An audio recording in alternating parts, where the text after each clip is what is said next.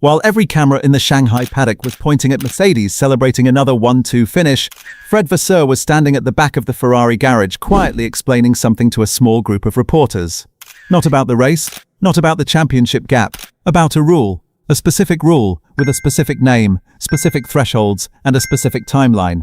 Ferrari is not trying to outrun Mercedes right now. They are waiting for the regulations to hand them the tools to do it. And what Vasseur described in Shanghai is not hope, it is a plan. 3 races into the 2026 season, Australia, the China Sprint, and the Chinese Grand Prix, Mercedes has won every single one. Russell and Antonelli have looked comfortable doing it. But the numbers underneath the results tell a more complicated story than the podium photographs suggest. Vasseur quantified the gap himself after Shanghai, 3 to 5 tenths depending on the session and track conditions. That is not a crisis number. Ferrari's chassis through medium and high-speed corners is arguably the best package on the grid. Hamilton and Leclerc have been on the podium at every round. In race conditions, the SF26 is a genuine competitor. The problem is the engine.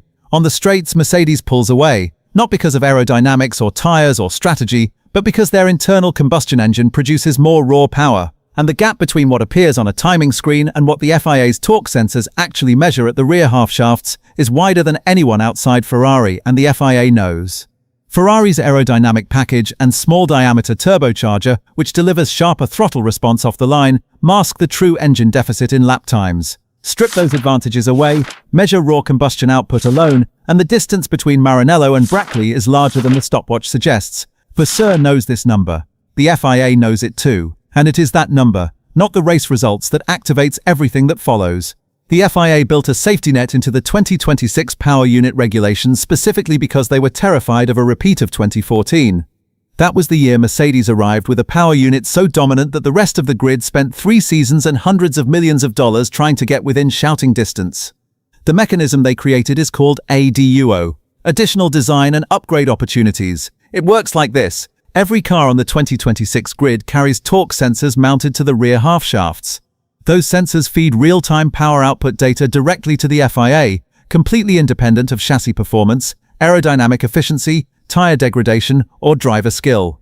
The FIA compiles this into a confidential metric called the Internal Combustion Engine Performance Index and compares every manufacturer's average output against the benchmark, which right now is Mercedes. The thresholds are specific. If a manufacturer's engine falls between 2 and 4% below the benchmark after the first evaluation window, the FIA grants 1 additional homologue negation upgrade during the current season and 1 more for the following year. If the deficit reaches 4% or higher, that doubles, 2 upgrades per season, plus 2 for 2027. Qualifying manufacturers also receive 30% additional engine test bench hours and a reduction in their power unit cost cap. This is not a minor adjustment. This is a fully funded opportunity to redesign your engine mid-season while every competitor is frozen. Vasseur's response to this mechanism is what separates Ferrari from every other team on the grid. Everyone else who might qualify for ADUO is treating it as emergency assistance, a crisis tool. Vasseur is treating it as a scheduled appointment.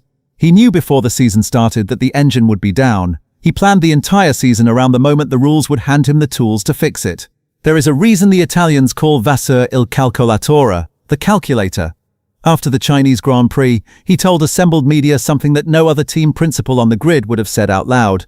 He confirmed he expects Ferrari to qualify for ADUO. He said the engine improvement will come after the mechanism activates, not before. He told his chassis engineers to push without compromise, and he told his engine department that their moment comes later. That single strategic declaration accomplishes several things simultaneously. It signals to the engine department in Maranello that relief is coming, which preserves morale and prevents panic-driven compromises that could damage the chassis program. It tells the aerodynamic team in the wind tunnel that they do not need to compensate for the engine deficit in their development priorities. And most cleverly, it puts the FIA on notice. By publicly confirming that Ferrari's own torque sensor data supports an ADUO claim, Vasseur makes it significantly harder for the governing body to deny the request without strong technical evidence. It is a move that looks like an admission of weakness. It functions as a positioning play. Every other team scrambling for ADUO is lobbying quietly, hoping their numbers qualify, terrified of showing vulnerability in public. Vasseur walked out of the Ferrari garage in Shanghai and announced the vulnerability deliberately because he had already calculated that the strength of his position did not depend on hiding it. What Ferrari reportedly intends to do with their ADUO window goes beyond what the regulation architects probably imagined when they wrote the rule. Franco Nuganis, editor-in-chief of Motorsport.com Italy and one of the most connected journalists in the Ferrari paddock orbit, reported that Ferrari's engine department under Enrico Gualtieri is not preparing an incremental upgrade. The current power unit, internally designated 067/6, is considered a transitional solution with virtually no remaining development margin. The original project suffered from what sources describe as an inaccurate estimate of the combustion chamber's calorific potential. This flaw was inherited from the project's original lead engineer, who has since departed for Audi. That detail matters. Wolf Zimmermann ran the early-stage development of this power unit and left Ferrari before it was finalized.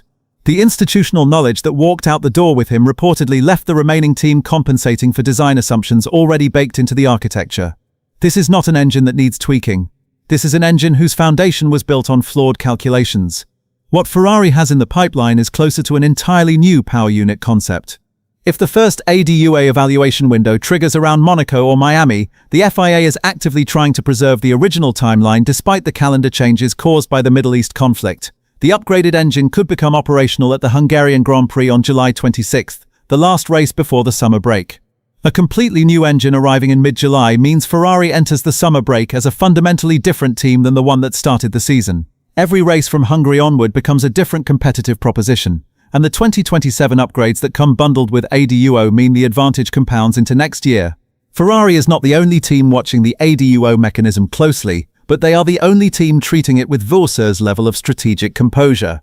Honda's situation at Aston Martin is arguably the most serious crisis on the grid. Adrian Newey held what can only be described as an extraordinary press conference in Melbourne, revealing that Honda's engine suffers from vibrations so severe they are damaging battery systems and physically limiting Fernando Alonso to roughly 25 consecutive laps before risking permanent nerve damage in his hands. Lance Stroll has reportedly experienced similar symptoms. Honda is widely expected to qualify for the more severe ADU tier, the 4% bracket, which would unlock 2 mid-season upgrades plus 2 for 2027.